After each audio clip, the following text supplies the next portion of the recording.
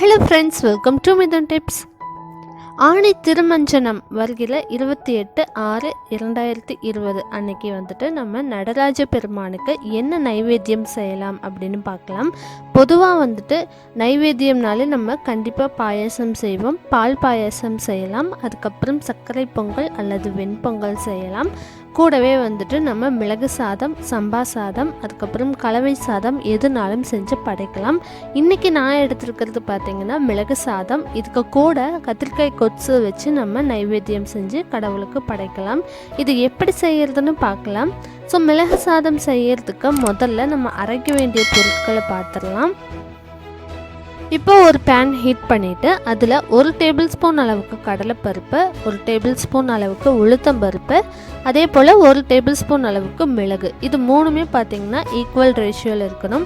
அது மாதிரி எடுத்துகிட்டு நல்லா வறுத்துக்கோங்க. லேசாக உங்களுக்கு செவந்து வரும்போது அந்த வாசனை நல்லா தெரியும். அந்த ஸ்டேஜில் நம்ம அடுப்பை ஆஃப் பண்ணிவிட்டு இது வேற ஒரு பிளேட்டில் ட்ரான்ஸ்ஃபர் பண்ணி வச்சுக்கோங்க. இதே பாத்திரத்தில் விட்டிங்க அப்படின்னா அந்த சூட்டிலேயே இன்னும் கூட நம்மளுக்கு கரிஞ்சிடும் அல்லது அந்த வாசனை மாறிடும். உங்களுக்கு செவந்து வந்ததுக்கு அப்புறமா இதை ட்ரான்ஸ்ஃபர் பண்ணி ஆற வச்சுட்டு அதுக்கப்புறமா பொடி பண்ணி எடுத்துக்கலாம். நம்ம இது மிளகு சாதம் அப்படிங்கிறதுனால மிளகு ஹைலைட்டாக இருக்கணுங்கிறதுக்காக நம்ம இதில் காஞ்ச மிளகாய் எதுவும் சேர்த்திக்கலை. ஸோ இப்போ ரெடி ஆகிடுச்சு. இது இன்னொரு பிளேட்டில் வச்சுட்டு ஆற வச்சு பொடி செஞ்சுக்கலாம். மிளகு சாதம் நல்லெண்ணெய் அல்லது நெய் இது ரெண்டில் எதில் வேணாலும் செய்யலாம். நான் இன்றைக்கி நெய் எடுத்திருக்கேன். இது ஹோம்மேட் நெய்.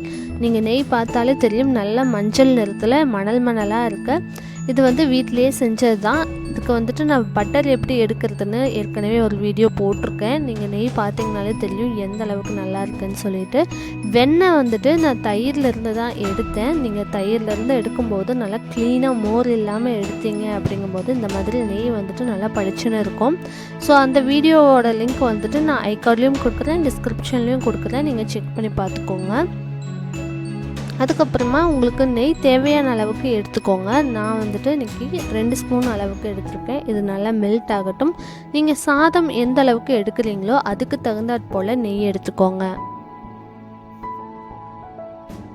இப்போ நெய் நல்லா மெல்ட் ஆனதுக்கு அப்புறமா கொஞ்சமாக கடுகு சேர்த்துக்கலாம். தாளிப்புக்கு அளவாக ஒரு டீஸ்பூன் போல் கடுகு சேர்த்துக்கலாம்.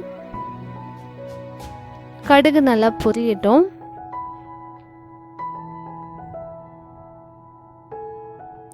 அதுக்கப்புறமா 1/4 டீஸ்பூன் அளவுக்கு சீரகம் சேர்த்திடலாம்.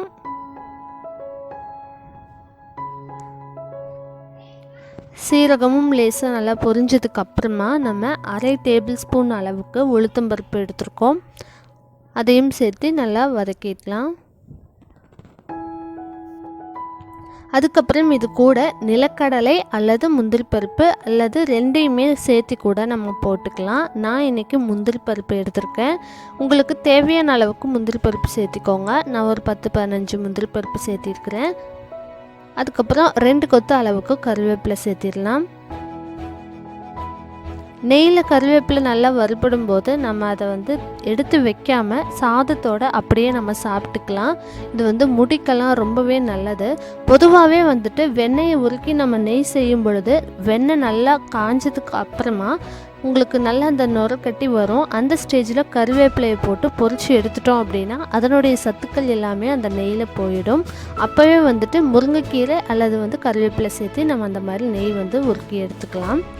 ஸோ இப்போ இது எல்லாமே நல்லா வதங்கினதுக்கு அப்புறமா 1 மேஜை கரண்டி அளவுக்கு நான் அரைச்சி வச்ச பவுடர் இதில் ஆட் பண்ணியிருக்கேன். நீங்கள் சாதத்துக்கு தகுந்த மாதிரி எடுத்துக்கோங்க.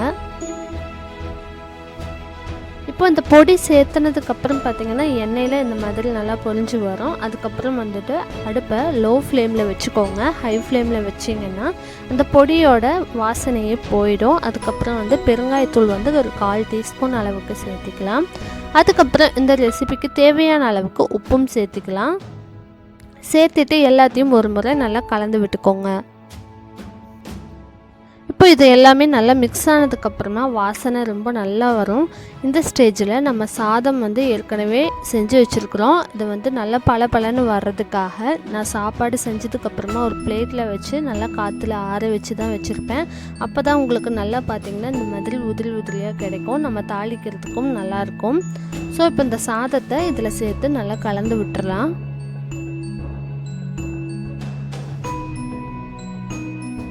ஒருவேளை உங்களுக்கு நெய் பத்தலை, சாதத்துக்கு வந்துட்டு பத்தலை அப்படின்னா கூட நீங்கள் ஆட் பண்ணிக்கலாம். மிளகு சாதத்துக்கும் சம்பா சாதத்துக்கும் பெரிய வித்தியாசம் கிடையாது. நம்ம மிளகு சாதத்துக்கு முதல்ல பொடி செய்கிறதுக்காக வறுத்தோம் இல்லையா, கடலைப்பருப்பு, உளுத்தம்பருப்பு, மிளகு.